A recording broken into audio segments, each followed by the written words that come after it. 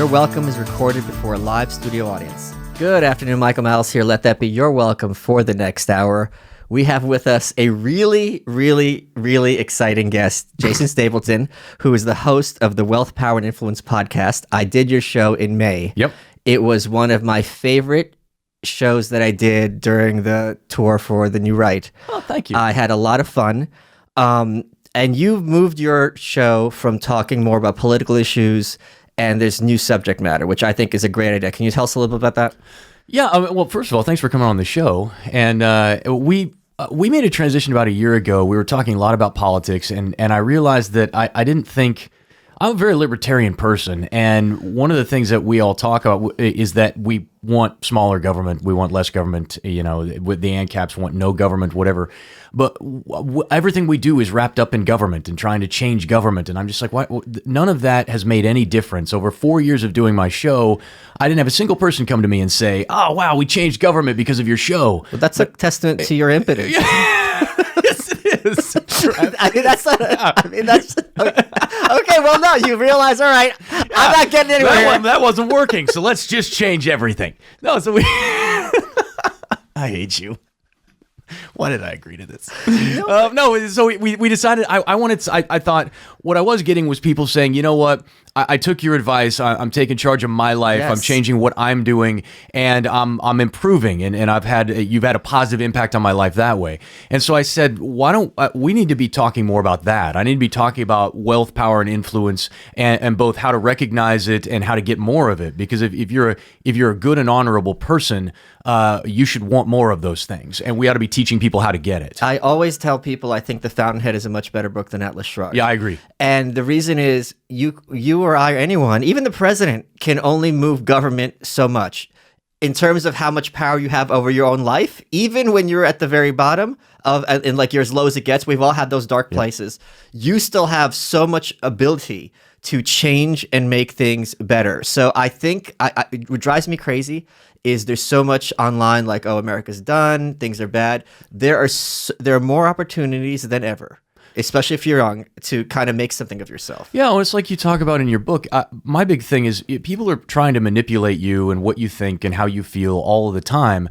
And I want people to be able to recognize that. And I want them to understand that look, there's nothing wrong with wanting to... I think there's a very close tie to the amount of wealth that you have, not money or income, but real wealth that you have and the amount of freedom that you have. What do you mean by the difference between money, wealth, and income? Yeah, so people can have very high income, but their burn rate is so high that they don't have any real wealth. I always say that if you want to know, wealth is measured in time, not in dollars. So if you lost all income today and your income stream stopped, how long could you live before you have to change your lifestyle?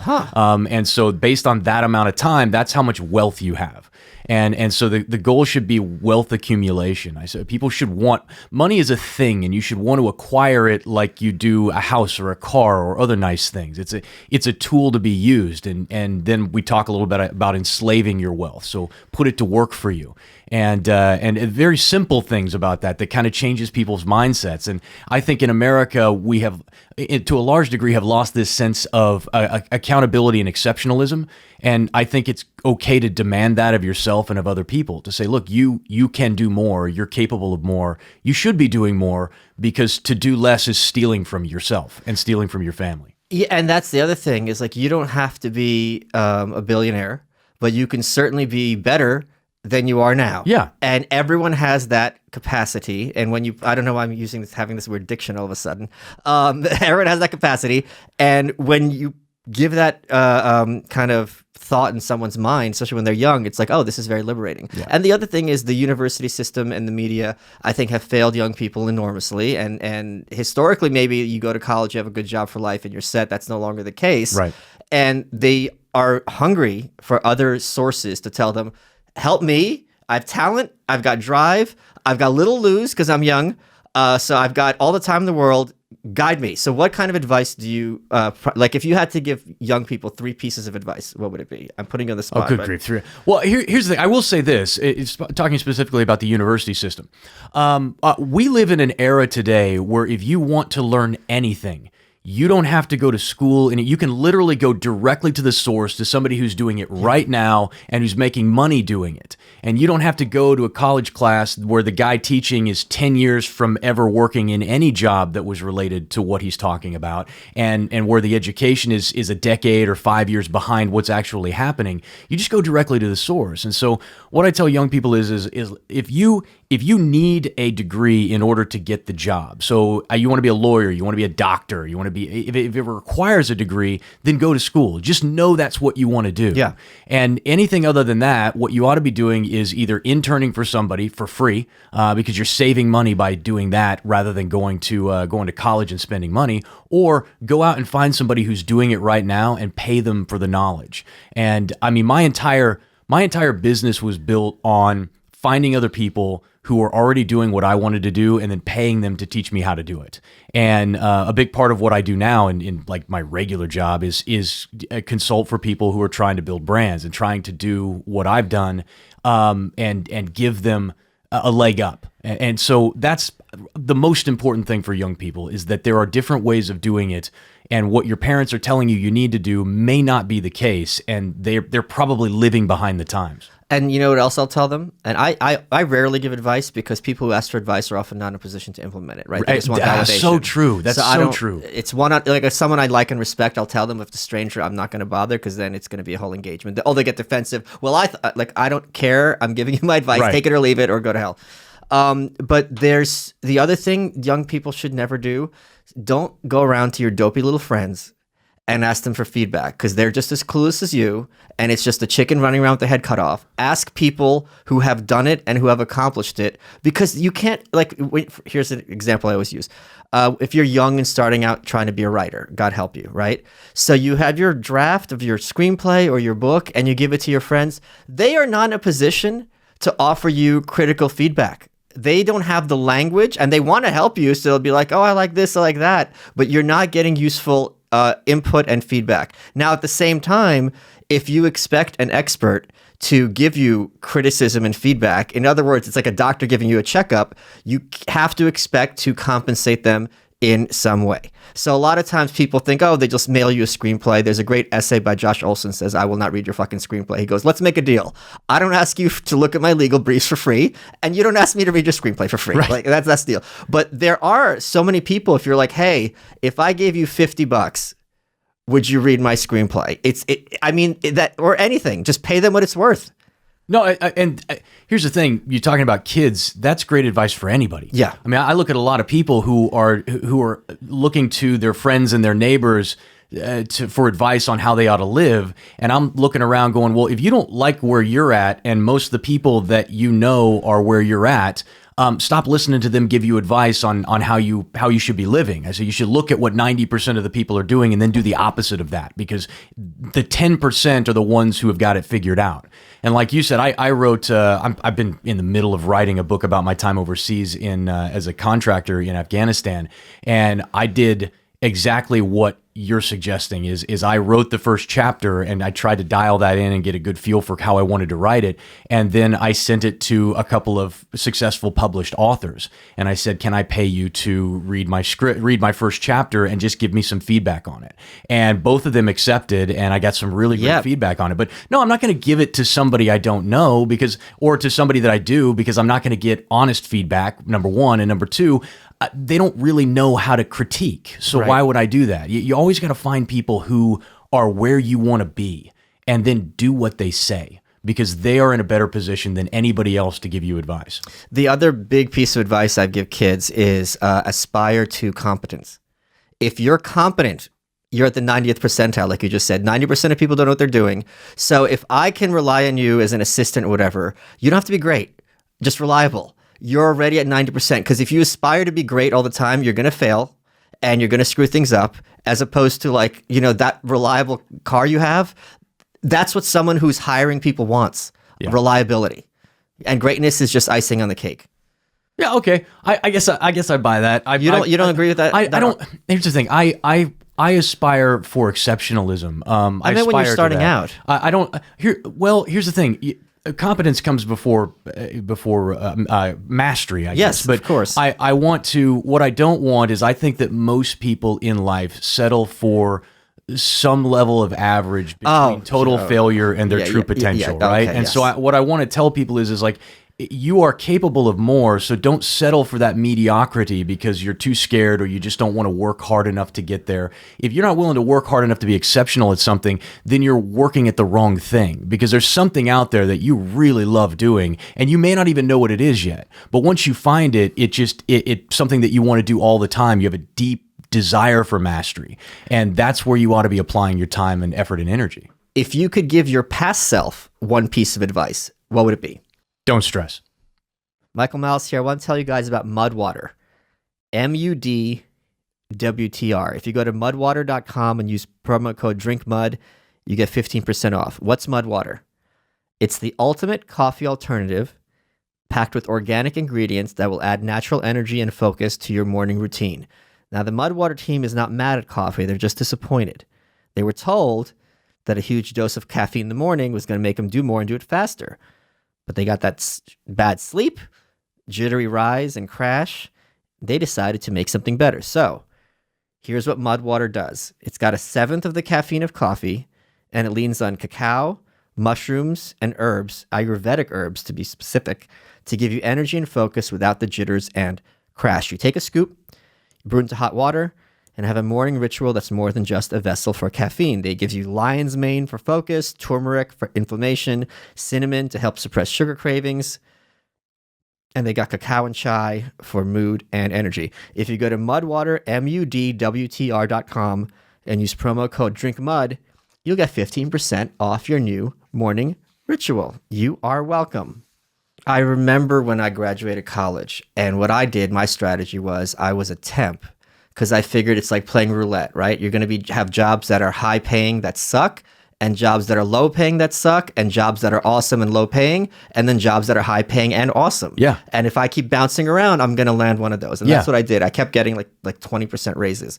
And my friend, she had a business degree from Bucknell, prestigious university, and she settled for like a $30,000 a year job, right? And I sat there with my satanic background. I thought to myself, okay, the Faustian bargain is you go to the devil, you give up your soul, and you're the best violinist in the world. It's always a violin. Yeah. You're giving up your soul for a $30,000 a year desk job when you're 22, when you could, even if you don't want to be the party animal, which is fair, at 22, you're in a position to develop your own skills, to, live lean, and to settle for this is just, it blew my mind. Yeah. And she was horribly obese. What? Susie, big fat Susie. Just tap that on the back there. Yeah, big fat. Yeah, she was fat. Yeah, big fat. No, horribly obese. Big fat Susie. Yeah. Well, and it is. When I look at people like that, I say, okay, I don't know how to help that person. It's like take fat for example, right? You can want something for somebody and you can talk to them about it and say, listen, I'm worried about you. Until the desire to change is greater than the desire to stay the same, there's not going to be any movement. If someone has no ambition and they really have no desire to be more than they are, you can't instill that into somebody. All you can do is speak to the people who are in that position. One of the things about influence that I teach is that you're always best entering the conversation they're already having in their own minds. So whatever's happening, it's when you're talking about politics, whatever, you're not going to convert somebody who isn't already predisposed to the message. It's just the hurdle is too great. Or speak to them on their terms. Right. Yeah, exactly. Yeah. And so I always speak the same message because I think it's the message that people need to hear, and I think it's right. But after 4 years, you got nowhere by your own admission. Well, on the political side, that's correct. Because here's the thing: because I don't control that aspect of it, right? I control me, and that's what I learned over those 4 years is that I control me. I can't control you and what you do. For sure. All I can do is tell you what I think is best, and then hopefully if you're predisposed to that message, you come around. Yeah, like if you're talking to a leftist, I see this from conservatives and the right wings in general all the time. I'm also opposed to racism, but you're done. Right? If this is their most important issue, you have to engage with them on those terms and validate those terms. Yeah. So be Socratic, be like, all right, would these policies increase and how would it work out, as opposed to, yeah, I share your values, but this is more important to me. That's nice. Yeah. That's not important to her, and it's going to be her. Right. So let's come on, let's be serious. So that's I think a very important thing about. So what do you mean by influence? Well, what I do primarily now is I teach people how to communicate. Okay. Influences in as I define it is the ability to modify or control someone's thoughts, behaviors, or actions. I believe that deep down inside we're all walking around with our umbilical cord hanging out, looking for someplace to plug it in. Right? We are looking for someone to relinquish control and responsibility to. And you see that human beings are that way by nature. And we also all make emotional decisions first subconsciously and then justify them with logic. Yeah. And so understanding this, I tell people wherever you are, whether you're trying to get a raise, whether you're trying to have a better influence over your team, whether you're trying to sell somebody something, whatever it is, you are better off learning some of these principles on how to communicate. And once you understand them, all of a sudden you become more likable. It's easier for you to work with people. It's easier for you to sell product if that's what you do. And so I spend a lot of time working with people on how to do that. Here's a sincere question that I would love advice on. Okay. Because of my position in my career, I almost never have to engage with those unambitious people.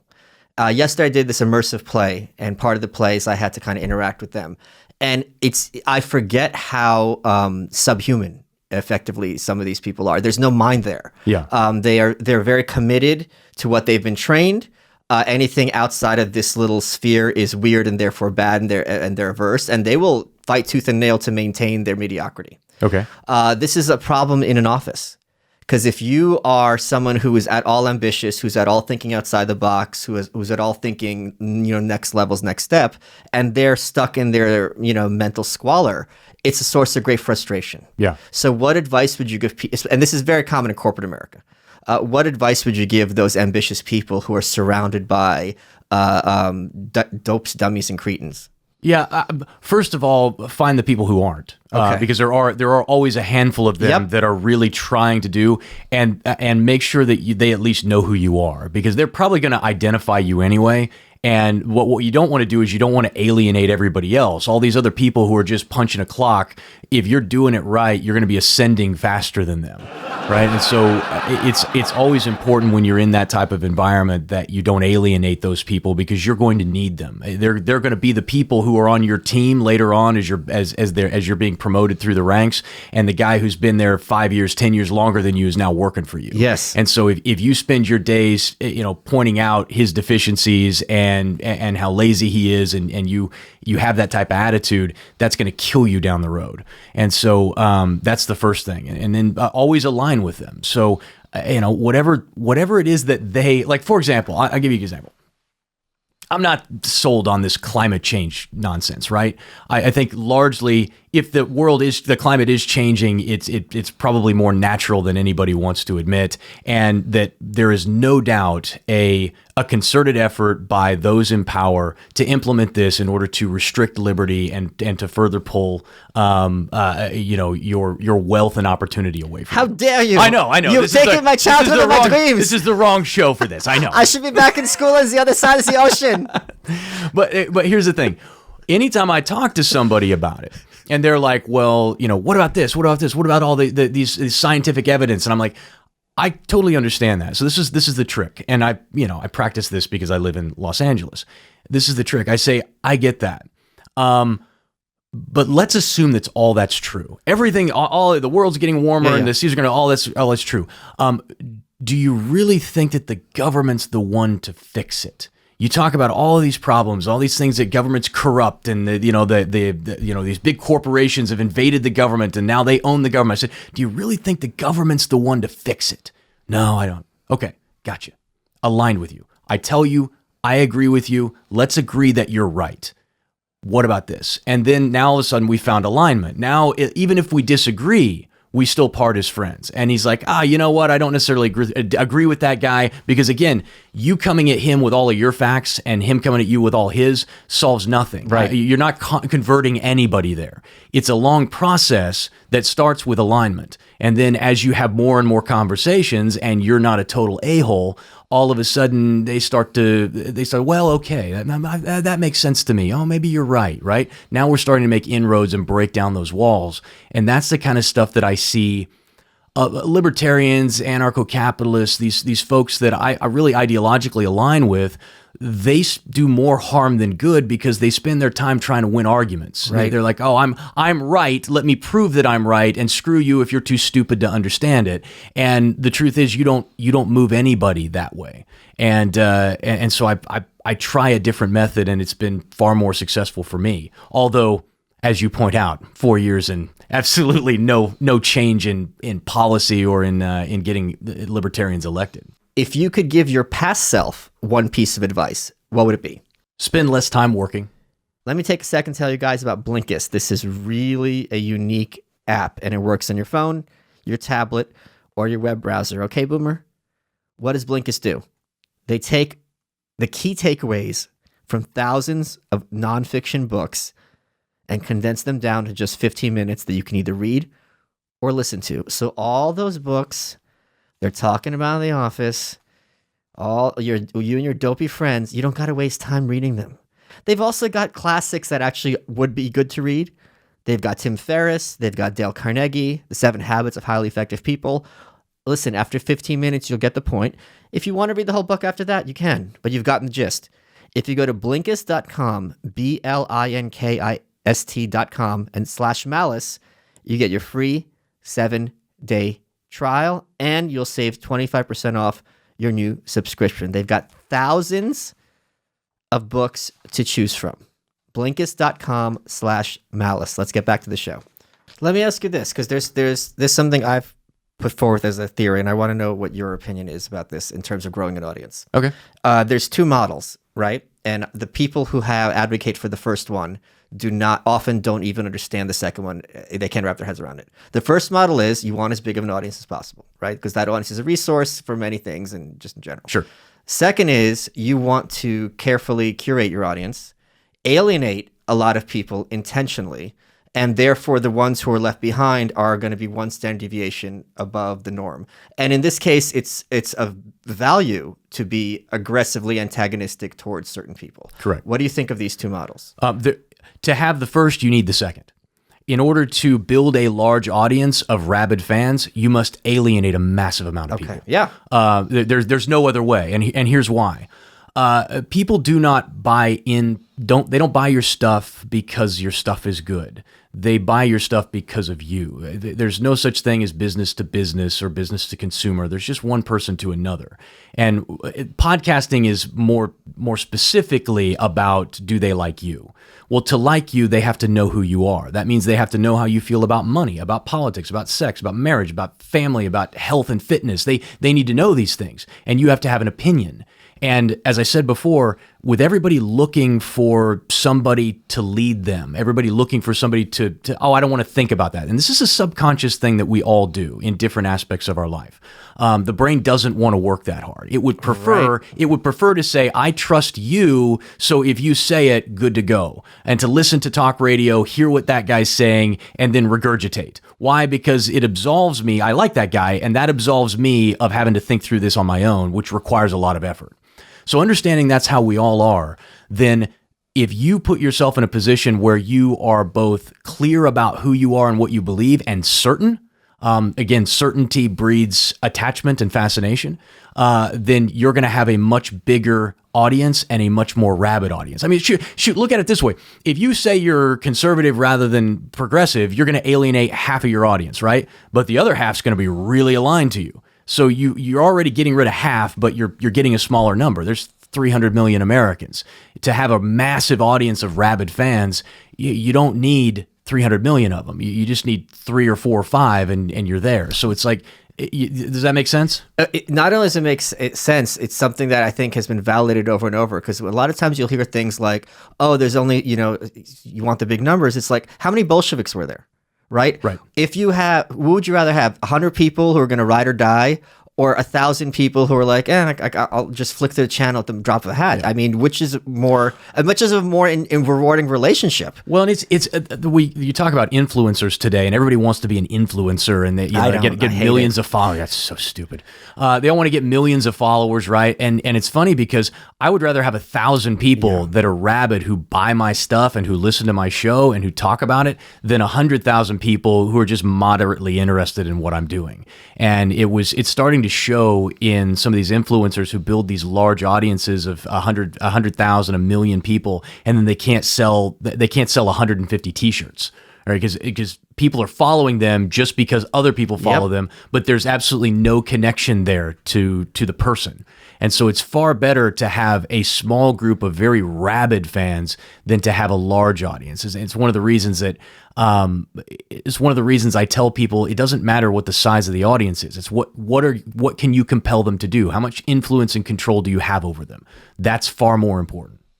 And it's also very rewarding, because when you develop relationships with a smaller audience and you see these people succeed or thrive because of things that you've put out there, it's really validating and it's humbling. Well, not only that, but there is you start to see it, and I'm sure you've seen it because of your success, but I get notes all the time from people who believe that there is a deeper relationship between the two of us than one exists. Oh, and don't get me started. I use a great example of this. I'm an absolutely awful speller, and I write all my own email copy, and it is just a fact that anytime I write something, there's going to be a misspelling or something in there, and I get an email from a guy one time, and he's like, Jason, you got to work on your spelling, man. I mean, this is just awful. It makes you look really stupid. And I go, I'd been selling a product, and I went and looked, and the guy had bought the product. And so I emailed him back and I said, but guy, you bought the product. And he emails me back. I'll never forget it. He says, well, yeah, Jason, but I know you. Like, I know you. The other people don't know you the way I do. And I'm like, I got a list of 80,000 people on my email list. Like, guy, we don't know each other, but he believes that there's a relationship there because he's been following you. That's influence. I perceive that, and this could be my Soviet brain. I'm extremely curious to hear your thoughts. I perceive that as a unconscious attempt on his mind at asserting dominance. Probably so. I think that there's that gotcha stuff is kind of like, oh, you're here. Let me bring you down. We're in the same level now. We're pals. Yeah, exactly. And there's probably a degree of that in there. I think I get it. I get that a lot. I get some people who just send me very nice notes that say, "Hey, you did some, you really helped me, and I just want you to know I appreciate your friendship." And it's like, I don't really know these people at all, other than like casual conversation that they might have in our private group or something like that. So that type of relationship is what we should all seek in any sort of influence capacity. And when it's done right, it's clear. I mean, you get presents in the mail. I mean, do people send you gifts? Oh, do you not know my spite funding? No. See this? Yeah. Steller's sea cow was a relative of the manatee. Okay. It was the manatee's freshwater. The sea cow was saltwater. It was discovered in the Commodore Islands, that's between Russia and Alaska, in 1740. 30 years later, it was extinct. So this is made out of one of their bones. And how I got it was, when people come for me on Twitter, I say, hey, it would be a shame if people sent me money to waste on things I don't even really want just to spite you. And as a consequence of this, I've got 8 pens. I've got a hippo leather belt. This wallet is, I'm turning into Cruella de Vil here. This is giraffe. You have a giraffe wallet? Yeah, I have a hippo tooth shaving brush, and this is all from spite. A signed Emma Goldman book. And the thing is, it has to be spent on things that are useless. You're right. And they start flipping out because now I've turned my hater into a revenue stream. And they're like, oh, you're just a con artist. I go, no. No one's getting anything out of this. Right. I don't need this pen made out of an extinct manatee bone. But I have it now because of you. Yeah. And that's brilliant. It's hilarious. Absolutely brilliant. No, that's a great example. I mean, people send you gifts for no reason. I mean, people have paid me a lot of money, to learn from me, and then on top of that, still felt so obligated because of the benefit they got from it to send me a gift at the end of the year. That still baffles me to this day. I don't think we're being self-congratulatory enough. No, I think let's blow some more smoke up not each sure other's how to say it. asses. Not sure how to say this, but I'm kind of a big deal. Jesus Christ, the ego. People know me. God, the ego's in this room. I'm just listening to us. Holy shit, it's amazing. But here's you and your walrus pin. Manatee pin. All right. Yeah, they have I do have a walrus pen holder that holds the pen from a fossilized walrus tusk. Did I need it? No, of course not. I got it. 200 shaving soaps. There, I went through them one at a time. Here's something else. I paid you a huge compliment. Amy, your producer, who I adore. Yes. Matt, your co-host, I adore. You're just quality people. I paid you on, I think, a live stream, one of the biggest and most sincere compliments. Don't get scared, girl. Okay. This is going a good place. Okay. I like how people know Michael Malice. You hear me say compliment, and now you're getting scared. Yep. It's like, oh shit, this can't end well. He's gonna say nice things. That means the knife's ready. I don't have a fancy knife yet. I said you are not naturally a humorist, and when I was on your show and taking pot shots at you, even though you're the leader, it's your show. Right. You were still. Even though you were kind of the butt of the joke in some ways, you were still appreciating it on an audience level. You knew it was coming from a place of warmth and friendship, and that you were comfortable with it, which a lot of people, I said, would be more thin-skinned and start getting antagonistic, as opposed to realizing this is actually not only fun, it's also fun for the audience. No, I'm terribly self-deprecating. People probably don't. That's not the issue here. So your response... Do you remember what you told Amy? What? No, what did I say? Oh, okay. What I say? I don't remember what I said. I told her, you shouldn't have told me that. I literally told her this. So we got receipts. Oh, it's time for the receipts part of the show. Okay. You said to Amy, hold on. I feel like I'm gonna have to fire Amy. No. Just have to beat her within an inch of her life. So I told him that comment right. and that you're not a humorist, and you go, go screw yourself, Malice. I'm gonna bring the funny. Are you? Is that what I said?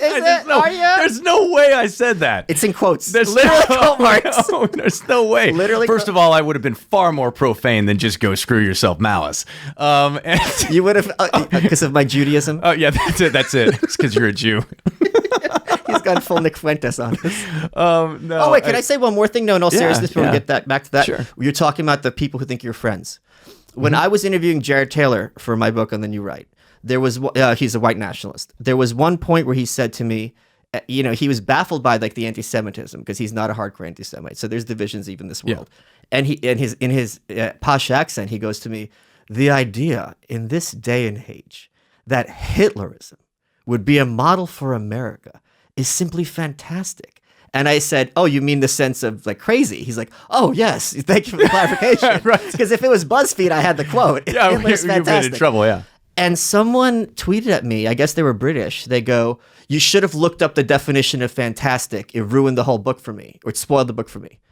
And I go, okay, first of all, I knew both definitions. That's why I asked them for clarification. Right. Second of all, if my book is spoiled for you by one word, I'm not interested in further conversation. So I blocked him. And it was just like, but that's such a sense of familiarity. Yeah. And that tone. It's like, if they had said, oh, I'm surprised you didn't know, which I had known, but I'm surprised you didn't know the definition of fantastic. That's one thing. But it was so, this aggression and comfort. I'm sure you get a lot of that too. But you're not on social media as much as I am. I'm not. I would be, if it wasn't required for what we do, I would never be on it. I have no desire because it is a cesspool dumpster fire. That's my everywhere world. you go. Yeah. And I just don't, people like, let's go back to what you were saying before. Like I'm very self-deprecating. And when you came in, I was not ready for your wit. I was not right. And I saw how quick it was. And I'm like, oh, I cannot keep up with this. this guy is just working at another level that I cannot operate on. And so all I had to do is just ride the wave. Hey, this is great. It's a great show and we're having a good time and I can laugh at myself. But it's funny because if you watch me online, I take like zero trash online. Like if you respond if you respond with something snotty or rude or hateful, I just block you. Yes. Yeah, I just immediately. And people say, oh, he's got such thin skin, he can't take something. No, I don't have to take it. Like I don't have to have this in my life. You know what I say? Mike Tyson can take a punch. Why would he want to? Exactly. And so I don't want to live in that world. There's plenty of stuff for me to be stressed about, for me to be worried about. There's plenty of dark stuff in everybody's life. You don't have to bring that on yourself. And so, and people they see you. Part of when you start to come up a little bit and you start to get recognized as a pseudo celebrity or whatever, one of the things that happens is people treat you like you're not really human, because they either like what you Jewish. Yeah, it's the Jew. I mean, not really human. You keep bringing that up, like. Well, I'm very insecure about it. I have another. It was funny. When I was in the Marines, this is a complete deviation, but it's kind of funny. Now we're deviants. When I was in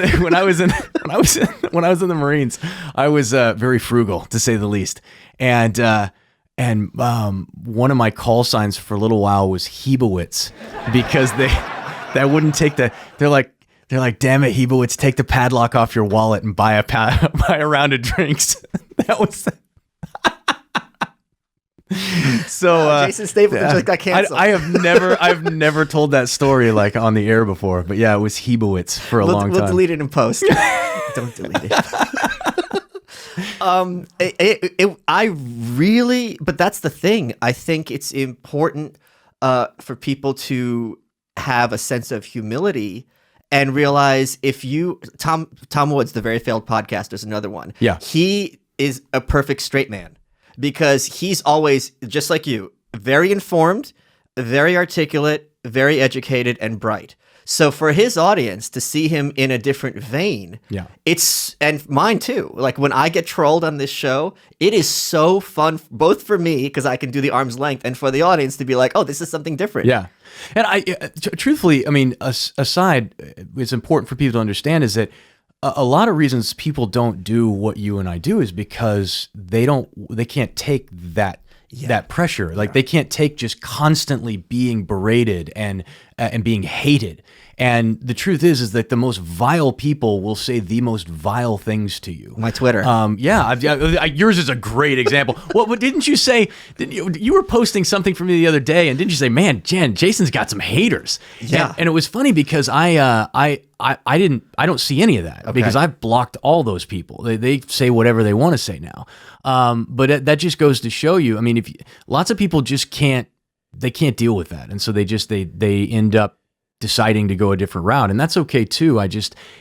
There's a reason that a lot of people don't do podcasts, that don't try and raise their profile, because there are plenty of people who will do everything that they can, including lie, cheat, and steal to beat you down just for their own satisfaction. People ask me how I could be this thick-skinned, right? And I thought about it. I'm like, okay, let me give them a sincere answer.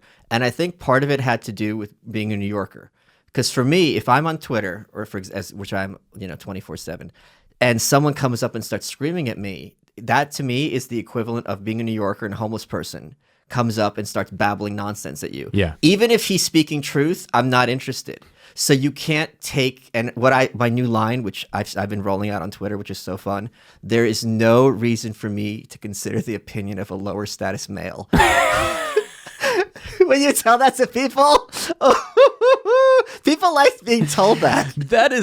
That's why I've got it. My softer version is I've never met a hater doing better than me. So that's what I always say. Yeah, you let them come. I've never met a hater doing better than me. God, we're such douchebags. I know. We're tools. Yeah, we all deal with it our own way. If you could give your past self one piece of advice, what would it be? Enjoy your body. Okay, we've got a new sponsor, Mr. Alpha. They named a product after me. MrAlpha.com, promo code YW20. They've got a full line of men's products. This is what I did. They're smart. They said, pick what you want. I picked the pre-workout. You guys know I went down a rabbit hole of all the different pre-workouts. It was a Sunday night, last Sunday. I wasn't feeling so hot. I said, perfect. This would be a test to see if I like this pre-workout. Here's what happened. Tastes great. It dissolved easily. And I went to the gym and I did my full workout without feeling high or jittery. Sometimes I like that feeling, to be honest. But their pre-workout delivered what it was that I wanted, and I'm glad to recommend it from experience. If you go to MrAlpha.com and use promo code YW20, they've got a lot of products. They've got volumizing shampoo for your hair. They've got stuff for your face, nutrition, apparel. Go to MrAlpha.com and use promo code YW20 and try that pre-workout. Comes highly recommended. Back to the show. So what has been like one of the most frustrating things for you about building an audience? Because it's a lot of work. It is a lot of work. The most frustrating thing for me was, especially when we changed the show, we lost pretty much half the audience, and then we had to rebuild. But it was scary seeing those numbers collapse? Very, very scary. I mean, our show was, our show was doing 30,000+ a day in downloads, and so it was, the show was making quite a bit of money. It still makes quite a bit of money, but it was making a lot of money at the time. And but I knew it was the wrong audience. I knew I had half the wrong audience, and so we said, this is what we're going to do. We're going to change this up, and it just blew up, just vitriolic hatred. By a group of our betrayal. I think it was. You were a champion. You were the very best person for this. And no one said that. I'm telling you I'm telling you what they would say. He's lying. I can say whatever I want to. No one's here to say different. But no, I think it was like, hey, we love the show, and now you're changing it, and you've abandoned your belief system. And of course, none of that was true. It was just them responding with the only way they could, which was, and truthfully, those were the people who really just wanted to come in and complain. They didn't really want to take any change their life in any way. They really didn't want to improve.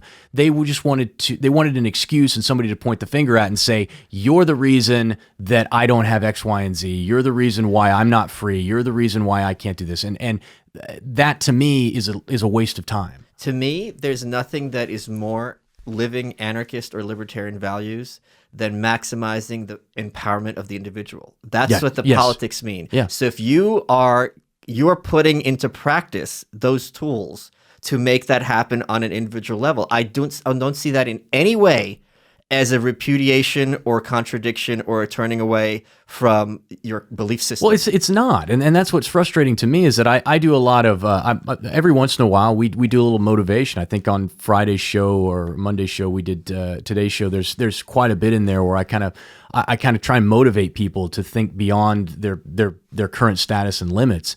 And every once in a while we get somebody who's like, oh, I'm sick and tired of all this motivational stuff. And I'm like, who in the world doesn't want to be motivated? Who doesn't need somebody in their corner saying, dude, you're a rocket ship. You're going places. I know stuff looks dark right now, or I know that, you're struggling with this or that. I don't know what you're dealing with, but trust me, this too will pass and you're going to be great. Like, who doesn't want to hear that? People who don't want to hear that, I don't want in my life. I need people in my life who tell me that. I'm going to give you some great motivation that you can steal. Okay. Because I learned this from my friend Jackie over the last week, and I'm like, this might be like the best little piece of motivation I've ever heard. We can all think of having loans, right? You take out money now, you pay it back in the future. So this rabbi had this message. He goes, imagine yourself in 2022. And in 2022, you're yelling at yourself in 2019. You're saying, it's going to be okay. I promise. You're freaking out about this. Some things are going to be bad. They're not going to be anywhere near as bad as you think they are. And even if they are, you're going to be able to handle it. I'm here. I'm in 2022. Yeah. So you can, because right now, you can look at 2016 Jason or 2016 Malice and be like, remember when you thought this and this? None of this happened. So you have the proof that you were wrong in 2016, and you can just imagine yourself in the future yelling at yourself now. And that perspective, especially when things are dark, is so hard to maintain. And a lot of motivation, I feel, is just double talk. You can do anything, blah, blah, blah. Right. But when it's put in concrete terms that change your thinking, that could have profoundly positive consequences. Absolutely. Yeah, no, I couldn't agree more. I mean, especially anytime you try and step out of the box, people, this happens with 100% of the time. People are trying to beat you down. They're trying to bring you down to their level. But this is what we were talking about earlier with those, when they're so committed to their mediocrity that you, by not being mediocre, are an ego threat to them. Sorry to interrupt you, because now it's like, wait a minute, I've been living a lie. Yeah.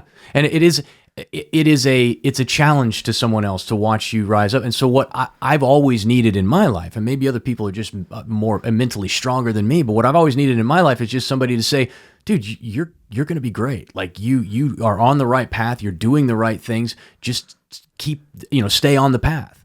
And I want to be that to somebody else. I want to be that to as many people as I can. Like I have a genuine, heartfelt desire to leave a positive impact on people's lives. Oh, I don't have that at all. I don't get that from you. No, I want to live my life. Are you serious? You don't? No, I find that very secondary. Really? I want to live my life to the fullest. Yeah. And as a consequence of this, I am ending up helping people. And I do want to help like North Korea. Like that is something where I'm in a position to actually, impact policy and move the needle.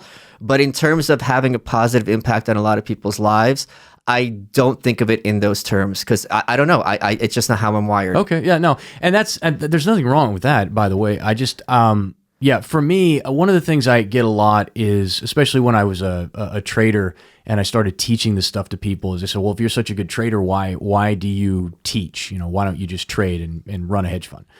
And, every year we actually looked at starting a hedge fund and we never ended up doing it. But the truth is, when the response I give is, money's only important to people who don't have any. And once you have a little bit where you're good and life is good, money for most people is secondary now. And what really is important is having some kind of higher purpose. And you can see that in the hierarchy of needs that Maslow has. And so at some point, once the bank account is full and the bills are paid, you start looking for some other thing to bring you satisfaction because your needs are met. And I said, I wanted my life to be more than about making a dollar. And I try and challenge people. A lot of what I do is talk to people about making money because I think that closely ties to their freedom. But, but truthfully, life is about a lot more than that. And I want to leave a positive impact on people because I just see so much negativity everywhere. And I see so many people who are settling for that life of mediocrity when they don't want it. Right. But they don't think it's okay to say, I want more. They don't think that's acceptable. Because their family will tell them, who are you? Who the hell are you? Exactly. You're going to be a best-selling author? Okay, whatever. Like, why can't you be content? Why can't you be happy? And it's like, what I tell people is I'm content with where my life is now, but I'm not satisfied. So I look at my life and I have joy and I've great a great appreciation for the blessings that I have, but I'm going places. Like my life's not over. I still have. I got things a leather that jacket. I do. That's right. I got a leather jacket. I still have a full head of hair. Isn't it great? I love that. I know. Yeah. But anyway, so, enough of that. But I just that is really I don't speak about that much, but I really do. That's what nothing brings me more joy than getting an email or a call from somebody who says, listen, you've helped to change my life in some small way, and I can't get enough of those calls. I think this is where we're wired differently because you're American, right? Yeah. Okay, so the world needs Superman and Batman. Okay, so Superman gets off by helping good people. Batman gets off by hurting bad people. There you go. Yeah. Oh, that's a great way to explain. Right? So I get my joy when, for example, I've been doing this now on Twitter. My audience is big enough, my followers, that I have a bigger following than like press secretaries for some of these presidential candidates. So when I hit them, like Kamala Harris's press secretary, I think it's 30,000, I have 80. So I at this guy every other day, and I'm like, your pig boss is collapsing in the polls. Has she shot your dog yet? How is she just in the most vile and hateful terms? Because I know either his job, he's got to monitor this shit. Yeah. He can't block me or mute me. So he's got to either bite his tongue and be very denigrated, or at the very least, he sees this kind of stuff is going around the internet and he can't control it. So it makes these people quite upset. Another one, Julian Castro's press secretary came for me, and he's just wrote, "Hey, at Jack, is this okay?" And I go, you work for Julian Castro and you don't have anyone's phone number at Twitter? Don't you think this public display of your impotence is going to reflect very badly on your boss? So this is where I get my joy. Hey, can I ask you a question though? It's like, seriously. No, this is my show. You've overstepped your bounds already with all the anti-Semitism. Okay. Of course, as many as you like. Because I'm like, we're not close friends or anything, but we've talked Pals. offline. Yeah. And so you're a great person, and I really enjoy, I think you're a good man. And yet a lot of what you demonstrate online, I don't think really accurately reflects who you are as a person. Do you find that just in terms of like the vitriolic posts and things that you make, the guy I know is funny, witty, happy person. He's not a mean, cruel, or abusive person. And yet you, like you said, you kind of take a Batman approach to your communication strategy. And so I'm going to hurt these bad people, who people I perceive as bad. How do you think you're both people, or do you think that you just are you playing a character when you go and do those things? No, that's the real. That's the real you. That's the real me. Because I don't think it's a contradiction, because the way I see it, I think joy and happiness is a very rare and precious thing. I think we have to fight for it constantly. And I look at life like Ricky Fitz in American Beauty with the plastic bag in the floating in the wind. And I'm very much a Camus reader in the sense of live to the point of tears. And when I see these small, pathetic people like Kamala Harris, I mean, she's the one I target especially. Someone whose job was to imprison children who weren't hurting anyone, who were probably poor, who were probably stupid, had no way of making money, and they're selling drugs, or locking up moms whose kids didn't go to school. Your job as a prosecutor is to pervert this other person who's been captured by the state and make them out to be basically Hitler, right? You have to do everything in your power to make them look as evil as possible. And your goal, anything you say can will be put against you, is to, harm them as much as you can. And I think that there's a big difference between that and, like, let's suppose an Elizabeth Warren. I think that, to me, is so evil and reprehensible that you need to fight back. And the way these people get over is by this air of legitimacy. And, we're making the tough choices. And I'm like, no, you are really. And here's another one, is how, the New York Times, the reporter in the New York Times, Adam Solomon was his name, was laughing at this Alex Jones idea that there are these pedophile rings. And I go, the next day was the Amy Rohrbach thing. Right. And I'm like, you are sneering at the idea that when we have indisputable proof that children are being abused, you're the devil.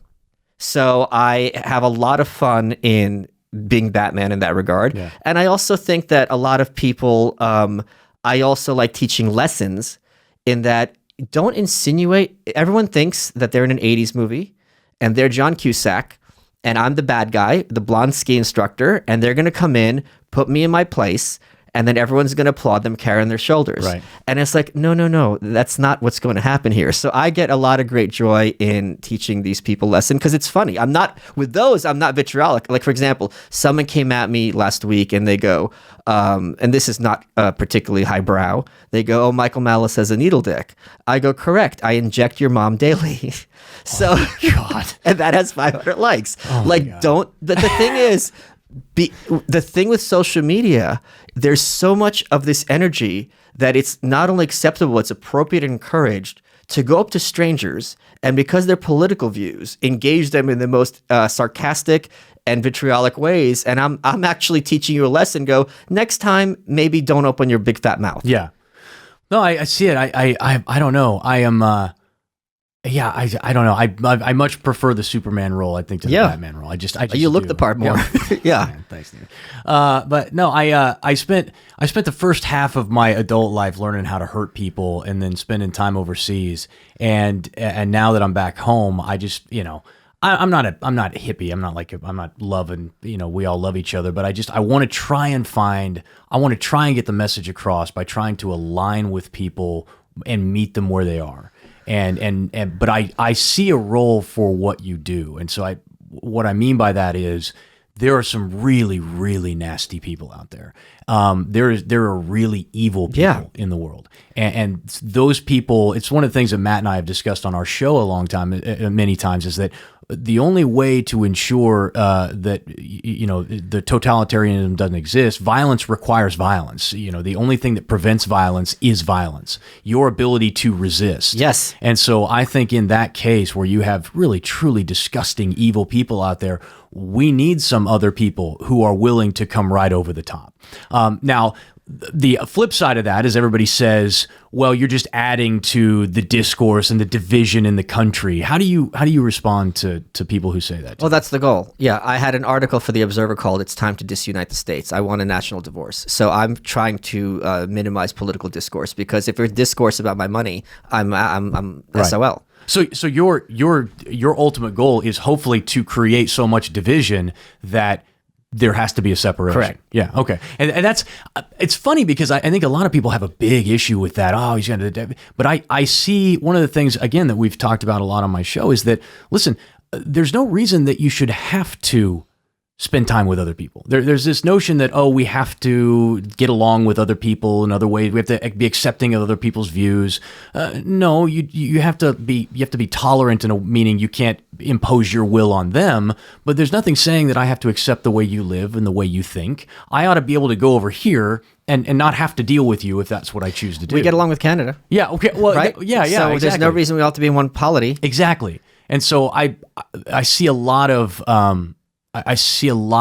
real value in what you preach in that. But it's also in terms of building the audience, because I think a lot of people who follow me, I know this, I've been told this. They're at work, they're at school, they have to sit there and bite their tongue when someone else who's just really garbage. And this is the theme of my biography, Ego and Hubris. When you had these really low quality people in positions of power, universities and jobs, and you have to sit there and smile and nod, and it's when you have that powerlessness, it messes with your head, and it's frustrating. So to have someone out there who's putting them in their place, because it's not that they're have the wrong ideas, it's that this complete air of condescension and snideness, which is like, this other person you disagree with might be wrong, but they're not unreasonable. They're not completely, psychotic, but you're talking to them, just because you know how to spell at a second grade level with like you're the genius of the ages.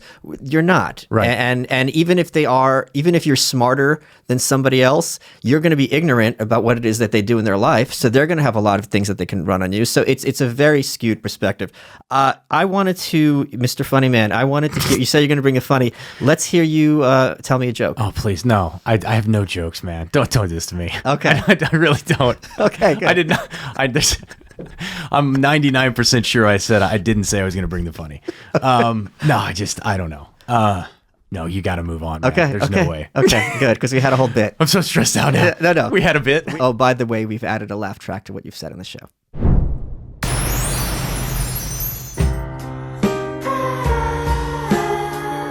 There was a whole bit. I had it all worked out. Okay.